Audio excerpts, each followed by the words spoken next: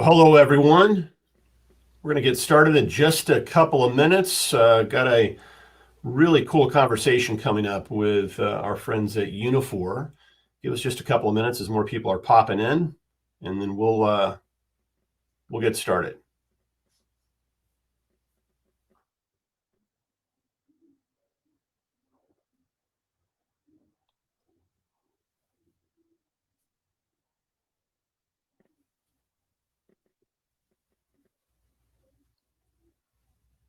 All right, more coming in here.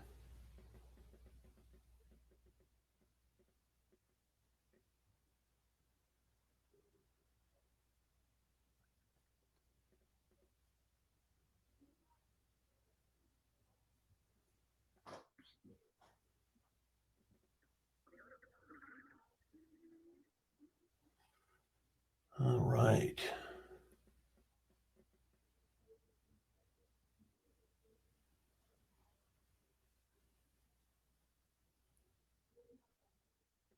Still have more popping in. Give you guys just a moment more, and we'll get started in just about 1 minute.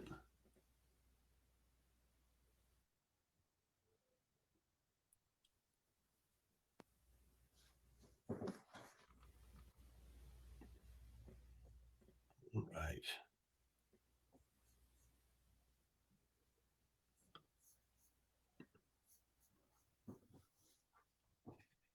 All right. Ritesh, if you want to come on video, man, it'd be great. And we'll jump in. There he is. Perfect. Excellent. Well, welcome everyone. My name is Andrew Pryfogle, founder and CEO of CX Effect, and here with our friend Ritesh Idnani, who's the CRO of Uniphore. Really excited about this conversation around AI, how it ties into EQ, this idea of the bridge between emotional AI and GPT or generative AI, how all that plays together, why that's an important consideration. Ritesh, it's good to have you, my friend. Welcome. Thank you for having me, Andrew. It's a pleasure to be on this. Yeah, likewise. Why don't we start real quick? Give us a quick background, if you could, Ritesh. Where do you come from? What's your background? And tell us the little bit about your role at Uniphore to start. Absolutely. So I'm originally from India. I grew up in Bombay. I still can't get myself to say Mumbai, but I left the shores of India about 25 years back after finishing my B school and working in Citigroup. That's where I earned my craft in banking, if you will. And then I'm an accidental interloper into the field of tech. Now I've been in the field of tech now for about 25 years in the tech and tech-enabled services space. But I cut my teeth with a company called Infosys, which at that point in time was a $100 million business pre-NASDAQ. And I was part of the leadership team that's helped scale the business from a $100 million revenue company to an $8 billion revenue enterprise when I moved out. Moved into the world of private equity venture. I was the CEO of a mortgage-backed SaaS business. Then did a startup in the healthcare space, got my battle scars there. Was at the same time on the board of the largest cargo handling company. Then joined a business conglomerate called the Mahindra Group, where I was running their technology business, which was about a $5 billion revenue enterprise. Yep. And that's where I actually ran into Uniphore. I was a customer of Uniphore for about a year before I moved out, and saw the impact that AI was having on customer experience, and felt that this was going to be quite a significant shift in terms of how the world was going to change. Sure. And that's what prompted me to get in touch with the founders and the board, and eventually come on board to help scale the business to the next level. So at Uniphore, I'm the CRO. I help drive all growth and help scale the business to the next level. Excellent. Well, fantastic. Great background. I appreciate that. Ritesh, you and I were both at CCW last week in Vegas, and I've been to a bunch of those over the years. This was different, considerably different. There's this different vibe around at CCW with all around AI, right? I mean, it seemed like every booth there, every conversation going on were customers and providers talking about, what does AI mean to our business, to our future? What's your strategy around it? There's a tremendous amount of buzz around this. You told me recently that what ChatGPT has done in the past 6 months has really elevated AI into the boardroom, and it's becoming a very, very high level strategic conversation that the enterprises are now wrestling with. Speak to that just for a moment. Why is this, so quickly become such a huge strategic imperative for enterprises of all sizes? So let's take a step back, Andrew, and I think thank you for asking that question. In my mind, AI is almost on par to probably be much more meaningful in terms of a technology shift and transition that we will end up seeing, probably eclipse what we saw with the internet revolution in the early 2000s, or with mobile, in around 2010, or with cloud a little later. AI has the opportunity and the potential to eclipse all of that in terms of having the kind of impact on society and all of us in terms of the way we do our work, as well as at a consumer level as well. Yeah. And I think that's the reason why there's so much of a buzz ever since ChatGPT came out 6 months back, because I think it's forced a lot of enterprises to rethink their strategy around how they're reaching out to their end customers and their customers' customers, and look at every aspect of their business and say, are they incorporating AI or not? So one of the most popular refrains that we've seen over the last 6 months has been where boards have been asking their C-suites, what's your AI strategy? Yeah. And where are you folks on it? And I think that's something that we've almost in a lot of instances guiding our customers around how they could best equip and show some quick wins around leveraging AI in their own environment itself. Yeah, it is fascinating. It's one of these, the timing around this, right? The intersection between kind of the labor market and how we've always staffed contact centers, how we've always staffed, kind of frontline work. With AI coming on the scene, there's a really interesting moment in history here, I think, right? Because what we're finding more than ever is there's massive pressure on CX leaders to do more with less, right? And in past years, when we've been able, when the answer to scaling operations was simply putting more butts in seats, if you will, adding more people, adding more bodies. Today, that's not practical. I can't hire my way out of problems anymore. And the answer is becoming very apparent around AI and automation to solve for that. Because frankly, enterprises are now being forced into that mode of, if I can't hire, I have to do something else because I still have to provide an amazing experience to my customers. Do you agree with that thesis? Yeah, in fact, I would actually extend it one step further, Andrew. AI has the potential, and let me take a step back. I mean, if you look at the Industrial Revolution, what it ended up doing was impact a lot of blue collar work, if you will. A lot of workers in an assembly line in the factory, a lot of those kinds of tasks started getting more and more automated, if you will.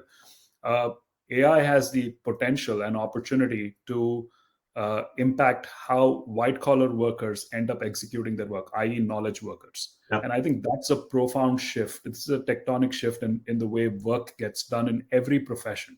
It's not just about the contact center. I think the contact center is a subset. It's easier for people to relate to it. I mean, there are 17 million contact center agents globally.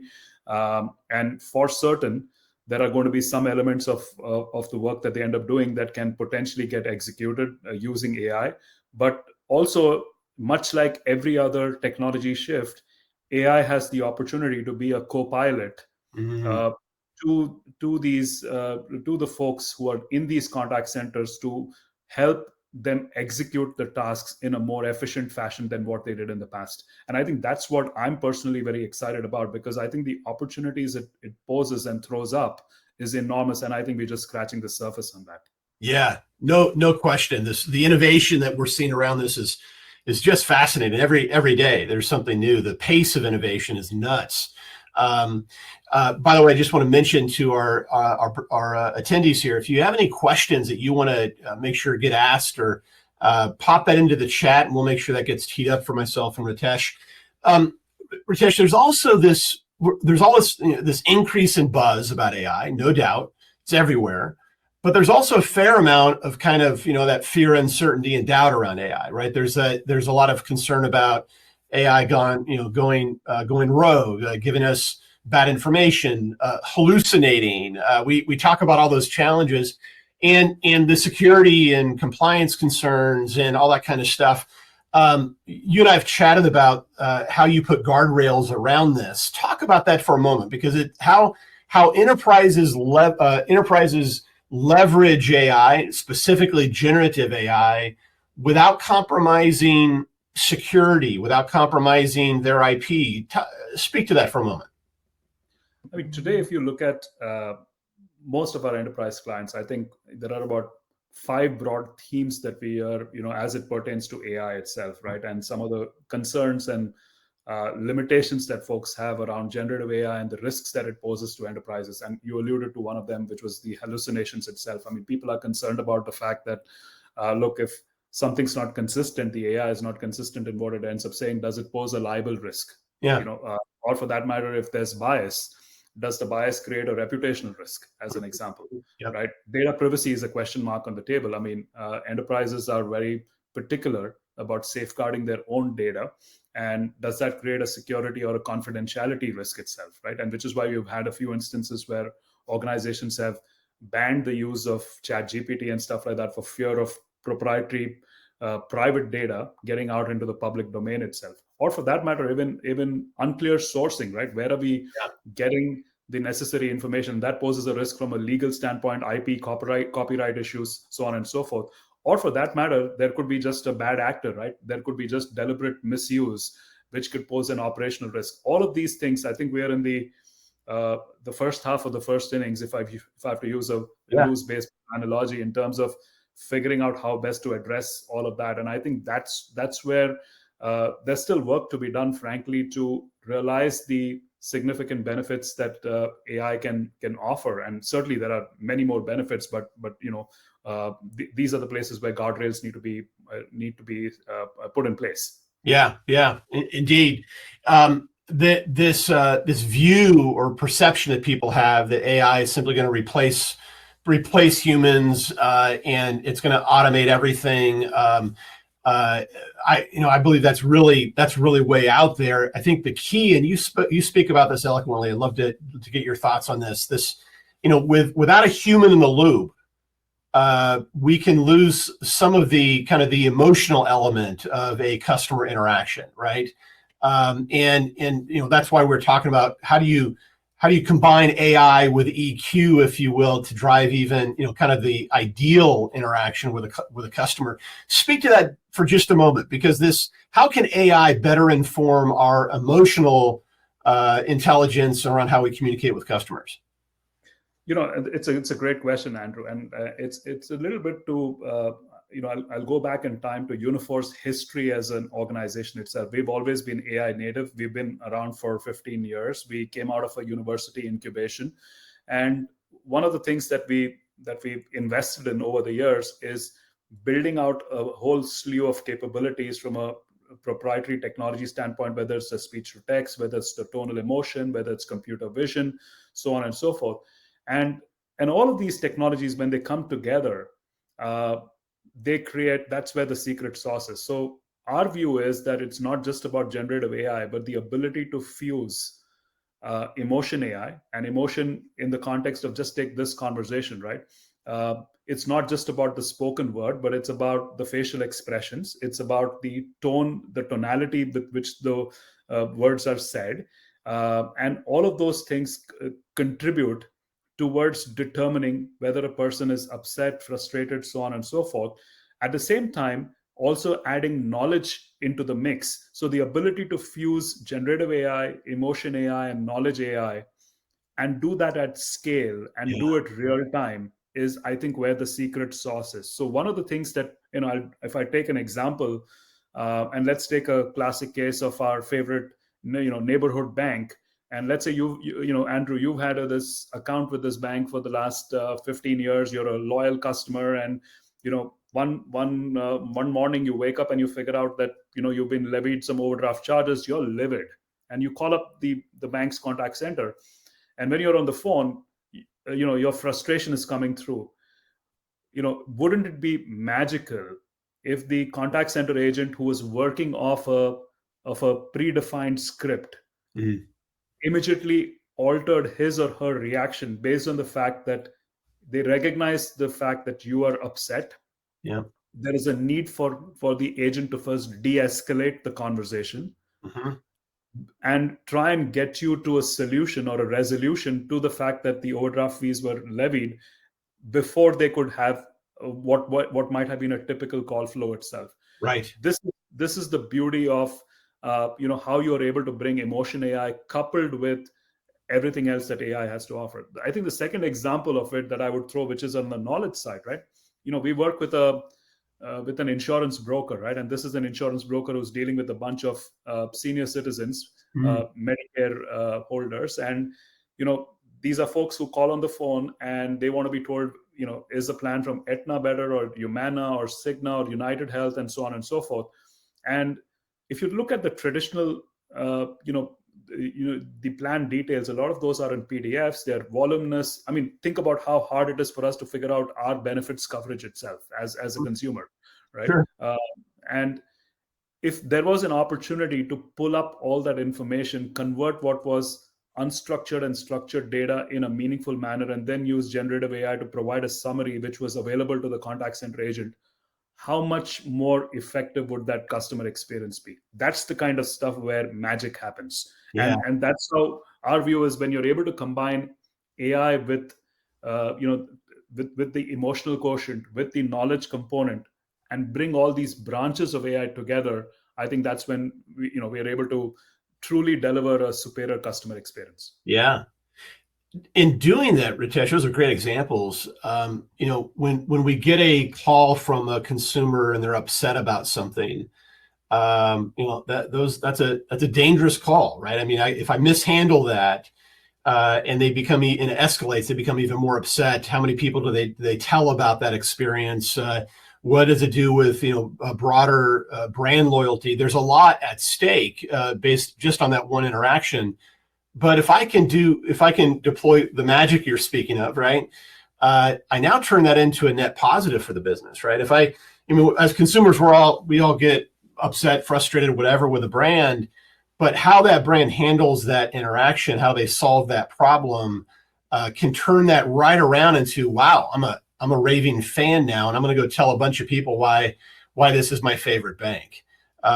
This combination you're talking about enables brands to do that far more effectively. 100%. And one of the reasons why that's playing out, right, in some sense, is, and I'll go back in time to the iPhone, right?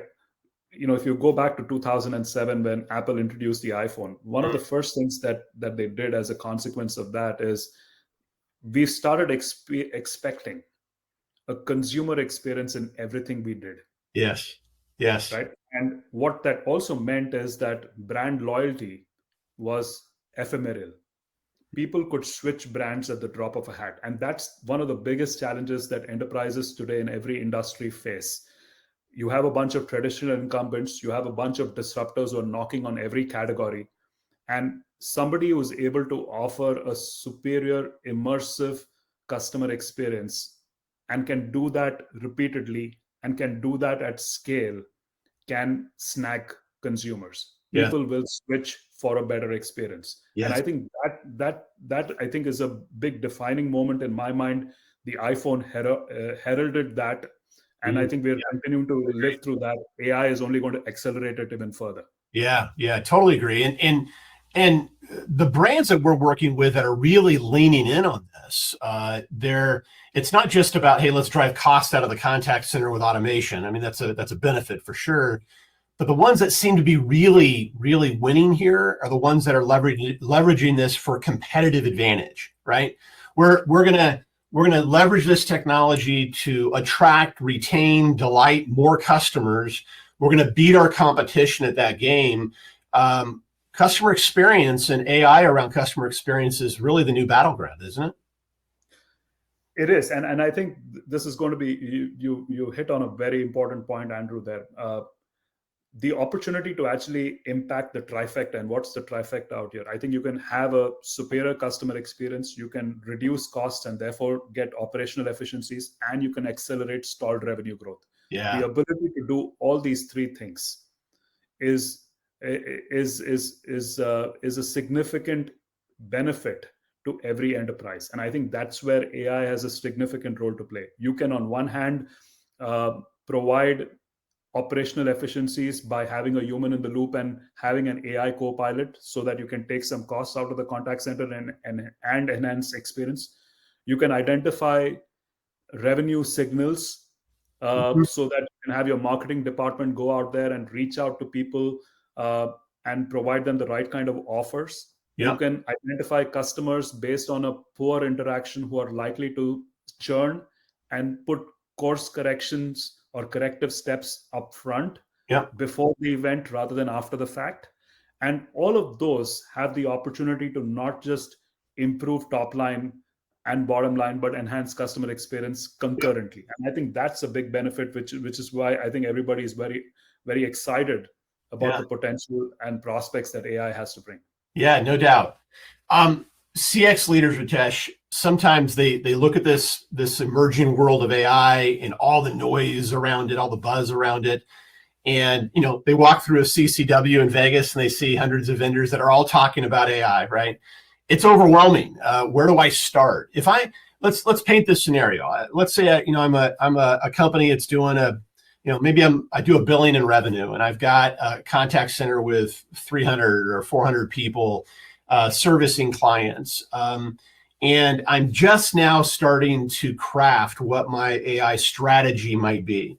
Well, if we look at the customer journey from the digital front door, when a consumer very first hits my website, all the way through kind of the life cycle management of that client, you guys play uniquely across that entire journey, right? I mean, you can affect conversion rates on the front end. You can leverage AI around digital automation and voice automation on the front end. You can inform agents better around agent assist and knowledge and being able to reduce handle time and increase first call resolution.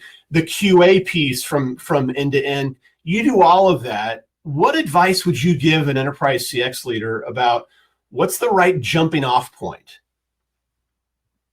It's a great question, Andrew. Oftentimes organizations, don't know where to get started, because they're dealing with a wide range of, on one hand, bespoke point solutions that might be there. There could be platforms like what we bring to bear, which are modular and have the opportunity to get started at any point in the journey. My advice to a lot of organizations is on two fronts. Number one, understand both the customer and the employee journey. It's not one or the other. When I say the employee journey, if you're taking the contact center as a case in point, it's the agent in that contact center, but understanding CX and EX both. And recognizing the fact that this is an infinite loop. A better CX results in a better EX and vice versa. Yeah. And therefore understanding which pain point in that journey is not addressed. Why is that important? I think it's important for organizations and enterprises to start showing some quick wins.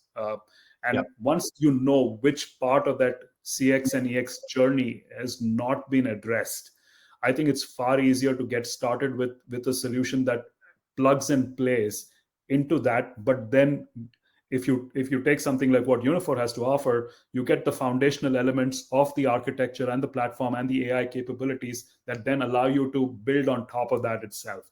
And that modularity is useful. But the ability to get started, even if it's with something small, so that you can show some benefits, becomes a recipe for doing a lot more and having a broader AI impetus in the organization.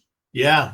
I love that. And I love the fact that because of the modularity, you're able to start with small little projects that can create, big impact. Talk to me about, give me some examples of that, right? Like, what would be an example of a modular solution that I might layer into my existing kind of legacy CX infrastructure that might have a big impact like tomorrow? Let me give you two examples, right? Okay. And I'll give it to you from two different industries so that you can see the range of what's possible. And I'll give you two kinds of examples: one which is a scale customer, and the other which is a which doesn't necessarily have the scale but can still derive significant benefits. So Okay. they are two contrasting examples, but hopefully that illustrates the point itself. Let's take the example of this client that we work with, which is a large telco, and they have close to about 30,000 agents, in their contact center itself. The first use case that they started leveraging with us was around call summarization, which leverages the generative AI capabilities that we bring to bear, and the ability on their part to shave off between 30 to 35 seconds per call Mm. was meaningful. Oh yeah. Number two, they got about 5 million calls every month, but about 25% of those calls were repeat conversations. And now, by virtue of the fact that there were call summaries that were there, which were far more accurate, which had more call dispositions provided, the ability to use the previously recorded summaries helped save another 1 minute on those repeat calls itself. Wow. All put together, that's a meaningful number, which translated into anywhere from $5 to $6 million of EBITDA a month. Wow. That's the kind of business benefit that lands on the top of the CEO's desk and says, how Yep. can I get more of this? Right. Yeah. So that's one example. Great. Simple use case. People can intuitively understand the fact, and they were able to derive those benefits, and that's ongoing. Let's take the example of a client we work with, which is in the hospitality space, which is a large casino. And what they wanted was the ability to, with call volumes being high, how could they deflect some of those calls and move some of the simple use cases to be in the digital front door, where maybe if it's a tech savvy consumer like me, I don't want to necessarily be speaking to an agent at the contact center, but I'm very comfortable specifying my preferences when I walk into the casino, and what kind of food do I want, and which shows do I want to see, and so on and so forth. One of the things that they were surprised and amazed with, their business case and what we had committed to them initially was that they would be able to get about a 35% call containment, where those would be the volume of calls that would be deflected away from the contact center. Sure. 6 months into the implementation, they're at close to about 52% of the calls deflected from that contact center. So those are pretty meaningful gains. Yeah. What it does allow a lot of these organizations to do, and you referenced this point, they're able to do more for less. They're Yes. able to grow and grow in a non-linear fashion, where they don't need to add operating costs at the same proportion as their revenue growth itself. And that's money in the bank, because it straight away translates into better profitability itself. Yes. So yes. Both of these are examples of where organizations are coming in, with different pain points. The example I gave on the hospitality side had a much smaller footprint. There were about 300 people in their contact center, as contrasting the telco, which had several thousands of people in the contact center. But the ability for the platform to take care of each of these on a modular basis is, I think, where again the opportunity exists for enterprises to come in and look for where those pain points are in the journey and start somewhere. Yeah, that's great. Those are two fantastic examples, and well, that can scale all the way down into kind of the small medium company that has 50 agents, right? That is starting to figure out, how do I leverage this capability? I think another important consideration, I'd love to get your take on this, is for decades CX leaders have made big investments in contact center platforms, right? Like I've got the platform that handles all my core routing. And that's who I depend on, whether it's prem or cloud, right? I mean, I sink a lot of money into that. And as I want to grow capabilities, as I want to increase kind of the functionality and provide more advanced features around this, it's always been reinvesting in that platform, going to that vendor saying, what can you do for me in this area, right? And while we're seeing a ton of investment going into this space from the big platform providers, what we're finding is that the real cutting edge innovation is happening with these other companies like Uniphore that are bolting on and are integrating with either your prem or cloud-based contact center platform.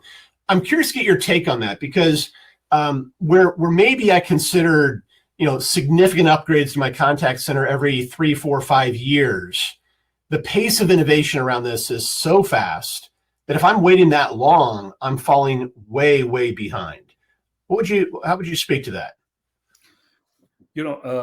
It's an absolutely fair question. And one of the things, Andrew, that we're seeing is our position as being the system of intelligence, which sits independently and integrates into any system of telephony, any system of record. It could be a Salesforce on the CRM side, it could be a Microsoft Dynamics, it could be Epic on the healthcare side, it could be Guidewire on the property and casualty side, et cetera, et cetera. It could be Sabre on the travel and hospitality side. The ability to have all of those integration points, the ability to integrate into any of the contact center telephony providers, whether they are on-prem or on the cloud, provides enterprises that optionality to start realizing the benefits of the AI capabilities right from the get-go.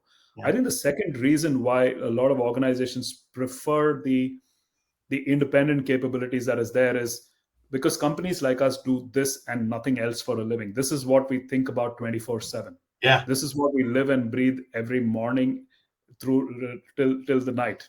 This is all that we want to do in terms of bringing the best of what AI can bring to each one of our enterprises itself.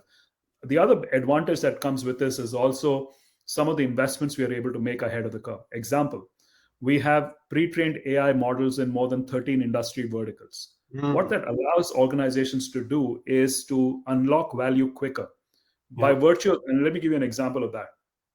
I could be going to a bank and telling them, based on what I know of the kind of complaints that come or the kind of disputes that play up in every bank, I have a pre-trained AI model that is 70-80% good to go right at the get. And that can unlock value quicker from a time to value standpoint, which is critical because enterprises want speed to market as well. Yes. And anybody who's able to unlock that value sooner has a definite advantage as opposed to otherwise. Now, this is an area where, again, we are able to invest ahead of the curve by virtue of the fact that we've had now 15 years of all of these conversations and all of the rich insights that have come from those conversations across industry verticals and horizontals to be able to take these solutions and unlock value quicker. These are some of the reasons why I think enterprises then end up looking at a system of intelligence, which can seamlessly integrate with a system of telephony or a system of record itself. Yeah, that's powerful. That makes a ton of sense. Hey, we're out of time here, but I want to give you the last word. We talk with CX leaders every day, and our partners do as well. And it's back to this, kind of what's this jumping off point? Where do I start? How do I get my mind wrapped around what a strategy might look like? Very simply, what advice would you give a CX leader right now that is just embarking on this journey around crafting their AI and automation strategy? In closing, what would you share some important wisdom here, my friend? Yeah. I'm going to be mindful out here of what I end up saying, but I think the first point that I would probably tell everybody is have a plan in place in terms of what you're going to do leveraging the AI itself, because I think it's important given the fact that the market dynamics in every industry sector over the next 3 to 5 years are going to shift. The kind of competition that you might end up facing, the kind of entrants who might come into the industry that you might not have thought about, and therefore the changing industry dynamics could pose existential risks. And therefore the key in terms of how you leverage this, whether from a unit economic standpoint, whether it's from a competitive intensity perspective, whether it's around speed to market, all of these questions are on the table right now. And that would be the first thing that I would say. The second is get started on the journey. It's important to do something, even if it's small. Get started. Dip your toes in the water, identify a couple of use cases, start seeing how it starts yielding benefits, and then continue to build on top of that. And I think that's important. Lots of times, and this is not the time to take it easy, to take it slow. I think there's a lot happening every week. And I'm going back to the point that I made. The opportunity that AI has is unparalleled, and the kind of impact it's going to have is perhaps much more than what all of us have seen in our lifetime, whether it's the internet, whether it's cloud, mobile. I think it's probably going to eclipse all of that put together. Yeah. And therefore, not doing anything is not an option. Yes. That's a fantastic way to finish this conversation, Ritesh. We are painting a picture for our customers that there needs to be urgency around this, right? As another colleague of mine recently said, you are early until you're late, and that's kind of how this is going. If you're a CX leader right now, this isn't the time to just sit on the sidelines and just see what happens over the next couple of years, right? In that scenario, that's where you're going to definitely fall behind. And there are so many great ways to use your analogy, to dip your toe in the water, to start getting used to this cadence, to this pace of change, and this culture of innovation that you really need to foster inside of your business. What a great way to start doing that. Ritesh, awesome stuff. Really appreciate you carving out the time, my friend. This has been a great conversation. Looking forward to answering more questions of our customers as we go. Appreciate the partnership, my friend. Thank you, Andrew, for having me over. Yeah. Excellent. Thanks, everyone. Bye.